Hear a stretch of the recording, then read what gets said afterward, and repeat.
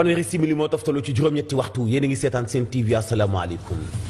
li gën a fës ci bopp xibaar yi Abdoulaye Wade mujjul amal doxam ba waaye def na déclaration waaye takk derrière que ni doo fi jaar dem ca ministère de l'intérieur ngir dénoncer retard yi am ci nit ñi jot seen ay carte électeur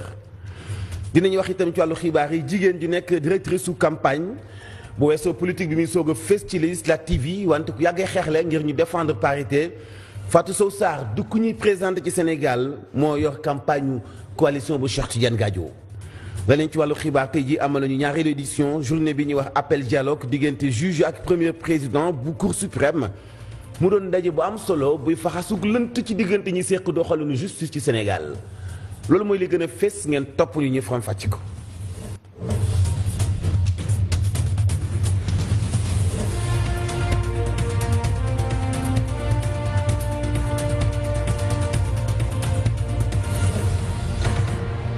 xaar bi yàgg na xaalis bi ci dem bëri na date bi yëgsi na léegi mënatuñoo xaar te sénégalais yi duñu jot seen ay carte électeur am na lu ñu namm ci wàllu njuuj njaaj te duñu ko seetaan ci réew mu am démocratie mënees naa jàpp loole muy kàddu yi Abdoulaye Wade ba tax mu amoon xemmemteefu def doxu ñaxtu ñi ci nguur gi dañu ko ay doxu ñaxtu ba dem na ba ci yoon bi ñu dogale ko moom Abdoulaye Wade mujjul kon egg fa mu bëggoon a egg mooy ministère de l'intérieur Pape Amadou Sy yaa nga fa woon. alors ñi ngi fii nii ci place de l'indépendance comme ni ngeen ko gisee place de l'indépendance bi nga xamante ne Abdoulaye Wade fii la waroon a amalee li nga xamante ni moo di doxu ñaxtom bi waaye nag mujjuwta antu li ko waral rek moo di loi bi nga xamante ne moom mi sax moo ko institution bu mu nekkoon njiitu réew mi mu di arrêté Ousmane Ngom mi nga xamante ne da doon tere lépp li nga xamante ne moo di manifestation jëmee ko ci place de l'indépendance bi ñu nekk ba ci place Washington mi nga xamante ne ministère de l'intérieur foofu la nekkoon moo nekkoon itinéraire ma doxu ñaxtu boobu noonu doxu ñaxtu bi nag li ko waral loon rek moo di dañuy doon ñaxtu rek ngir li nga xamante ne moo di pièce d'identité biométrique yi nga xamante ne duñ ci mën a jot ndaxte élection yi fi lekk ay juróomi fan rek la waaye nit ñi nag ñëwoon nañu bu bëri sax pour mën a fekkee marche boobu noonu waaye nag force de l'ordre yi ñoom dañoo tas nit ñi ak seen i gaz lacrymogène ñi wax ne tamit rek axe yëpp bi nga xamante ne buntu yëpp yi ñëw rek si place de l'indépendance bi ñoom rek force de l'ordre yi ñoom dañ ko mujj fatt ba kenn amul yoon bi nga xamante ne dina jaar rek pour mën a yegsi fi nga xamante ne moo di place de l'indépendance bu marche bi waroon am tey jii rek luñ ci mën a wax rek moo di marche bi moom daanaka moom mujjuta antu. marche ba mujjul antu wante message ga jàll na Abdoulaye Wade wàññeekuwaat na ci këram mboolem taskatu xibaar nationaux internationaux ñëpp ko fa fekk ngir mu def déclaration ku jàpp ni échec la juum nga du échec waaye la mu bëgg mooy wax dëgg lajjite gi nga xam ni ñiy amal élection yi lajj nañu ko ba yëf yi ëgsi fii tey dimanche bi ñu dëgmal la te bari na lool ay manquements yoo xam ne am na ci maître Abdoulaye ci kàddoom mooy defee sàkku ci président Macky Sall mu bàyyi ndaw ñi joxe seen xalaat te ci manifestation yi la ñu ko mën a jaaree ndax réew mi dundoon ay kenn yeneen xibaar di ngeen déggi kàddoom opposition bu Sénégal ni daañu joxe seen xalaat ci li ñu ni démb Macky Sall dafa sàkku ci conseil constitutionnel mu daal di am beneen dogal bu dina tax nit ki mën a voté ci récépissé wala yeneen kayitu identification mel ni permis de conduire rek yeneen ak yeneen Déthié Fall jàppe loolee kàddu yi caaxaan te observateurs yi Afrique yi nekk fii sax daañu fekkee li nga xam ni mooy njuumte gi ñu na amal tey jii te mu tax a yang démocratie bu Sénégal te duñu ko nangu ñu teewlu kàddu yi Déthié Fall. violation yooyu ñu ngi leen opposition bi mënu ko nangu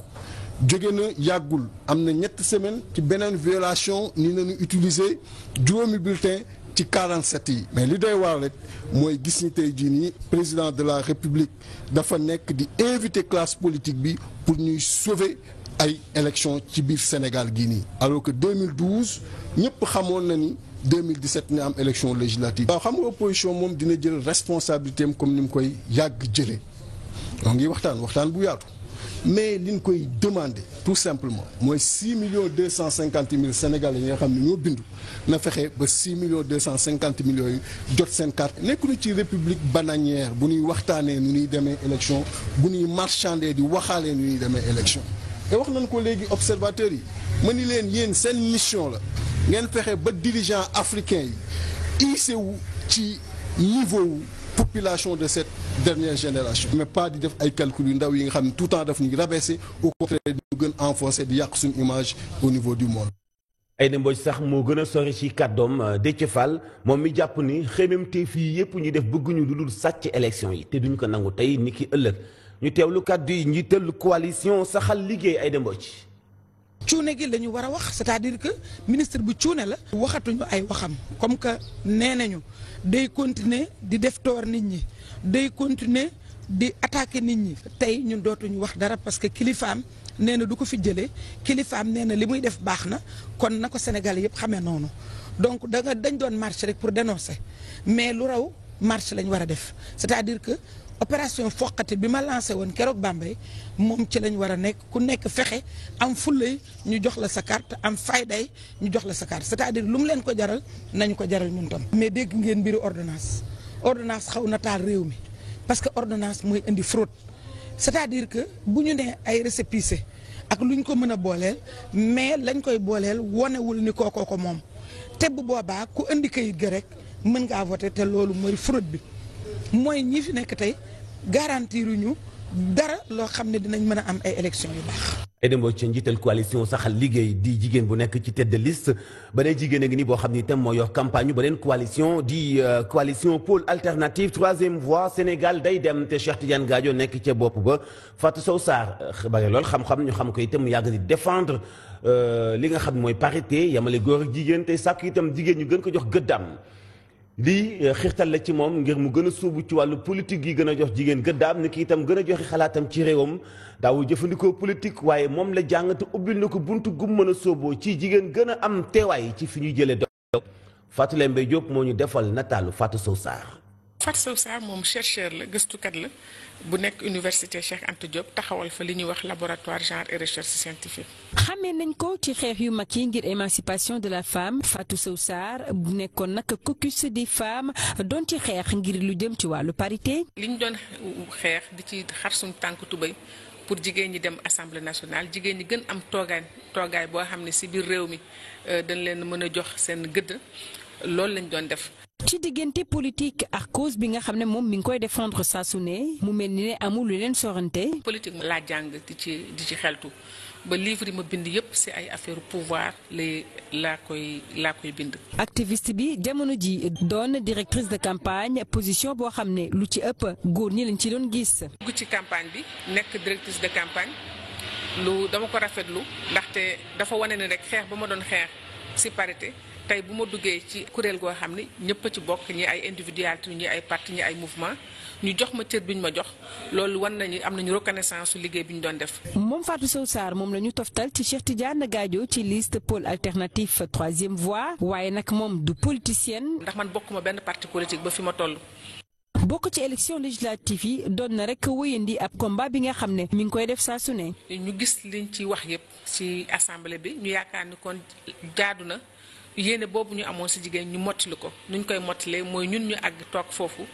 def li nga xam ne moom la ñu doon xalaat moom la ñu doon gëstu. nekk directrice de campagne doon loo xam ne dañ ko proposé waaye bu du woon sax loolu moom Fatou Sow Sarr dina fexe itamit ba revendiquer ko. buñ ma ko joxee pare dama leen gërëm sant leen ni leen nag bu ngeen ma ko joxul woon tam dinaa xeex pour jot ko. bari na loolu ay annonce yu bàyyee ko ci gouvernement bi ci dogal yu jël ngir nit ñi di électeurs yi mën a jot seen ay carte ci ne mu jaadoo waaye ci Grand Médine safaan ba la ñu fa gis ci gàttal sax nit ña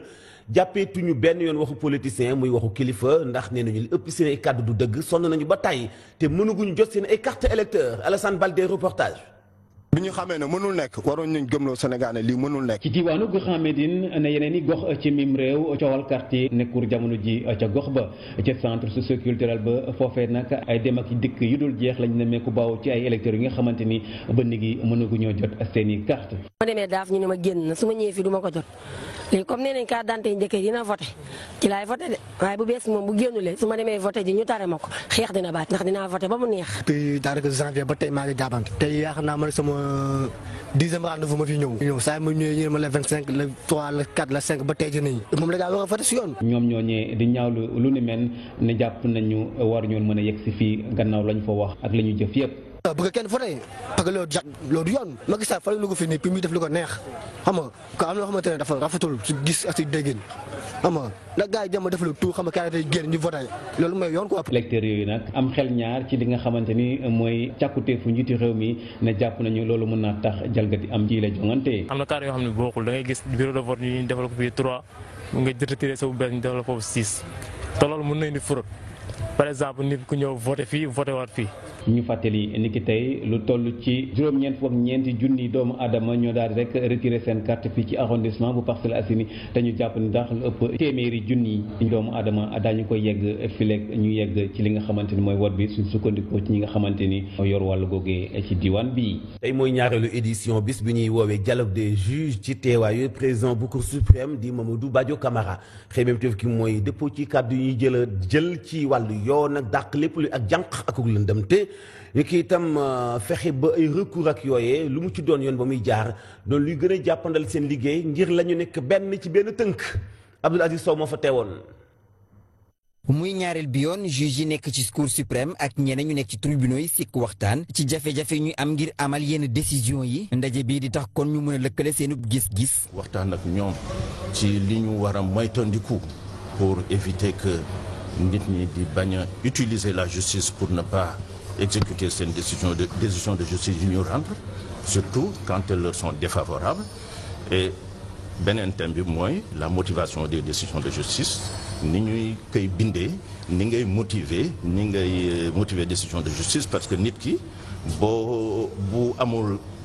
boo ko joxul dëgg war nga ko expliquer ca décision ba bu ko liiree war nga ko expliquer lu tax joxuloo ko dëgg. ñu nama it boole seeni xalaat ngir dàkk lépp luy uute ci anam bu ñuy interpréter yenn ci ay décision looloo waral sax ba Mamadou Badia Camara xam le ni gannaaw cassation juge yi tribunaux yi war nañu mën a identifier bu baax dogalub Cour suprême. Nous avons constaté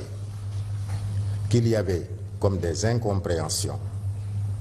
dañu jàpp ni dafa mel ni ay incompréhension la ñuy faral di nemmeeku ci yenn arrêt yu ñuy jëli li ko waral ñu jàpp ni mooy anam bi ñu koy bindee looloo tax sax tàmbali nañu beneen technique de rédaction su ko defee ñuy gën a motiver yenn dogal yi ñuy jël yile jaaree fa it ñëpp mun koo comprendre ci nu mu gën a yombee. de nos décisions pour les rendre plus facilement compréhensibles. ci diirub ñaari fan ñi leen di waxtaan ak a sottantee xalaat ci lépp lu ñoo def ngir indi solution ci lépp lu jëm ci wàllu fexe ba yenn décision de justice yi nu ñu ko amalee. Touba Darou Salaam ma nga ca Tambacounda Pakane Medina Pakane ma nga ca Kolda ñaari dëkk yooyu bénéficié nañu ay forage yoo xam ne jàppandalal na yeneen dëkk yu bëri nekk ci seen ginnaaw ñu mën a am ay borne fontaine ba mën a am ndox mu sell mu ñu mën a jëfandikoo. ndox moomee daanaka dajale na lu toll ci juróom benn junni nit yoo xam ne ci fa ñu dëkk ku nekk ndox bu nekkoon sa jafe-jafe loole dana saafaraw def nañu installation ba noppi la ci dugg ci xaalis toll na ci ñetti téeméeri millions ci francs CFA Fatoumata Diop ci ay leeral. ndox mu sell di ballu lool ci biir nag fontaine yi ak yenn ci robinet yi nekkee ci biir village yi lee ndox mi nga xamante ne lu mënul ñàkk ci dundu doomu aadama la jamono ji ñuy àddu nekk na loo xamante ne dañ koy fàttaliku ci jigéen ñi nga xamante ne dañ daan def ay kilomètres ngir am ndox mu sell boobee. ñoo kontaan suñu xol yi mu ngi sedd guy parce que tey soo waratee ndoxu teen bi tey lise ko am na saa yoo xamante ne ndox bi day am ay sax tuuti waaye ndoxu robinet bi moo gën a important. ay forage la yoo xamante ne xóotaay bi buñ ko xayma toll na ci diggante ñeent fukk ak juróom jàpp téeméer ak ñeent fukk ak juróom ñett ci wàllu mètre ci xóotaay ñu taxawal ko ci village yi di Touba Darou Salaam nekk ca région bu Tambacounda Medina Pakane nekk ca Kolda juróom fukki kilomètre dong moo ko séparé ak li di Guinée moom it kenn demul ñu des ay réalisation la yoo xamante ne ñu ko financé di Union européenne bu ñu xayma koppar yoolu toll na ci nag fukk ak juróom-ñetti milliards ci sunu koppar. ñu commencé ak léegi defar nañu juróom fukki forage ak ñaar donc ñaari forage ñu xool ci suba ak léegi ci juróom fukki forage yooyu la bokk ak ñaar waaye tey tax ñuy am ndox muy forage yeeg château d'eau yi ñu toppatoo ko. ay réalisation yoo xamante ne daa méngoo ko gis-gisu njiitu réew mi bu ñu sukkandikoo ci njiital office des forages ruraux. son excellence le président Macky Sall bi nga xamee ne dafa mës a teg ci gouvernance am affaire ndox kenn waratul wax réewu taax ak réewu kaw ñëpp la ñu war a yemale. mooy jox nit ñi ndox boo xamee ne ndox bu sell la jigéen ñi bañ a doxi ay kilomètres di wuti ndox. ci kaw nag ndox mi sell mi nga xamante ne askan wi am nañ ko wàllum assainissement tamit jël nañ ko en compte ngir nag wane seen mbégte seen contentement askan wa nag nekkee ca localité ba fecc nañ way nañ ci nag rythme ci seen cosaan ak aada.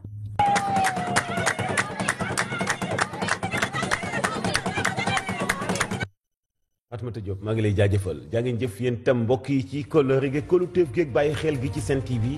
foofu la ñu ndàkkeepee xibaaru guddi gi ci kàllaame ko ci Barma maa ngi leen di jox dox daje ëllëg ak jàmm incha allah lu may loolu itam maa ngi leen di ñaanal panaanum jàmm.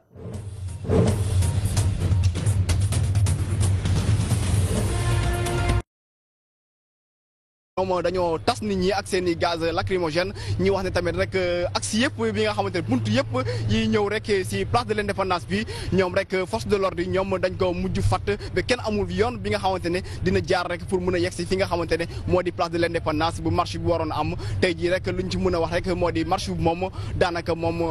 mujjuta antu. marche ba mujjul antu wante message ga jàll na Abdoulaye Wade wàññeekuwaat na ci këram. mboolem taskatu xibaar nationaux internationaux ñëpp ko fa fekk ngir mu def déclaration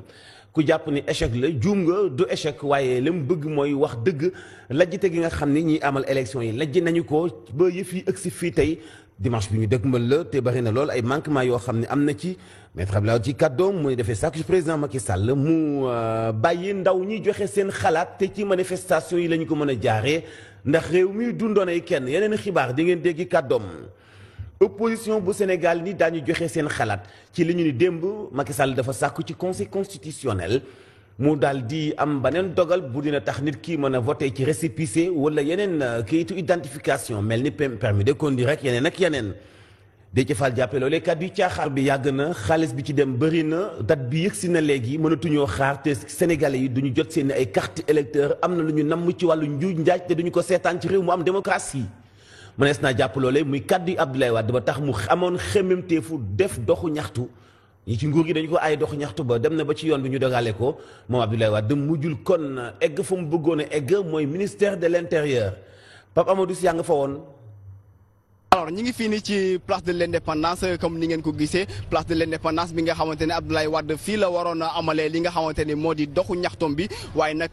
mujjuwta antu li ko waral rek moo di loi bi nga xamante ne moom mi sax moo ko institution bu mu nekkoon njiitu réew mi mu di arrêté Ousmane Ngom mi nga xamante ne da doon tere lépp li nga xamante ne moo di manifestation jëmee ko ci place de l'indépendance bi ñu nekk ba ci place Washington mi nga xamante ne ministère de l'intérieur foofu la nekkoon moo nekkoon itinéraire ma doxu ñaxtu boobu noonu doxu ñaxtu bi nag li ko waral loon rek moo di dañuy doon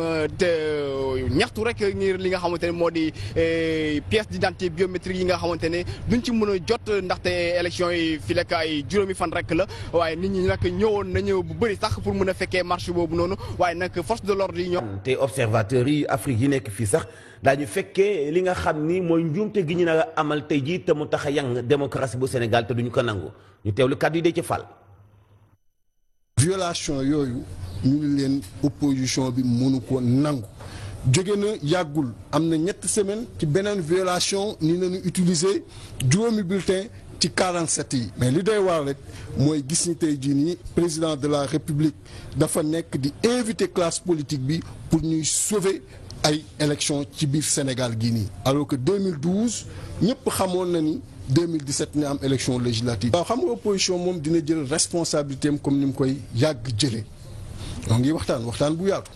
mais liñ koy demander tout simplement mooy 6,250,000 Sénégalais yi nga xam ne ñoo bindu na fexe ba 6,250,000 yooyu jot seen carte. nekkuñu ci république bananière bu ñuy waxtaanee nu ñuy demee élection bu ñuy marchander di waxaalee nu ñuy demee élection te wax nañ ko léegi observateurs yi ma ni leen yéen seen mission la. ngeen fexe ba dirigeant africain yi hissé wu ci niveau wu population de cette dernière génération mais pas di def ay calcul yu ndaw yi nga xam ne tout le temps daf ñu rabaisser au contraire di gën enforcer di yàq suñu image au niveau du monde. Aïda Mbodj sax moo gën a sori ci kàddoom Déthié Fall moom mi jàpp ni xemmeemteef fii yëpp ñu def bëgguñu lu dul sàcc élection yi te duñu ko nangu tey ni ki ëllëg ñu teewlu kàddu yi njiital coalition saxal liggéey Aïda Mbodj.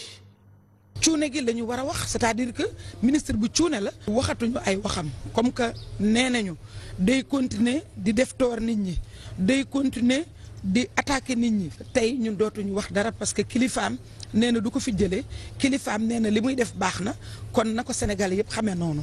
donc dañ doon marche rek pour dénoncer mais lu raw marche lañ war a def c'est-à-dire que. opération foqati bi ma lancé woon keroog Bambey moom ci lañ war a nekk ku nekk fexe am fullay ñu jox la sa carte am fayday ñu jox la sa carte c'est-à-dire lu mu leen ko jaral nañu ko jaral ñun tam. mais dégg ngeen mbiru ordonnance xaw na taal réew mi parce que ordonnance mooy indi fraude c'est-à-dire que bu ñu nee ay récépissé ak lu ñu ko mën a booleel mais lañ koy booleel wonewul ni kookoo ko moom te bu boobaa ku indi kayit ga rek mën ngaa voter te loolu mooy fraude bi.